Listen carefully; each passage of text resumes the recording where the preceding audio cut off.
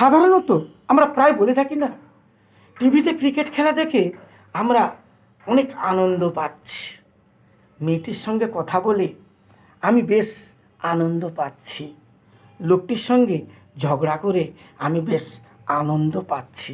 তো এই ধরনের বাক্যগুলোকে আমরা ইংরেজিতে কিভাবে বলবো? তো এই ধরনের বাক্যগুলোকে ইংরেজিতে বলতে গেলে এর স্ট্রাকচারটা সম্বন্ধে জানতে হবে। এর স্ট্রাকচারটা হলো সাবজেক্ট যুক্ত অ্যাম অবলিক ইচ অবলিক আর যুক্ত হ্যাভিং এ গ্রেট জয় যুক্ত ভিআইএনজি যুক্ত অবজেক্ট অবলিক প্লেস। যদি বলি লোকটির সঙ্গে কথা বলে আমি অনেক আনন্দ পাচ্ছি, I am having a great joy talking with the man. যদি বলি ইংরেজি শিখে আমরা বেশ আনন্দ পাচ্ছি, we are having a great joy learning English.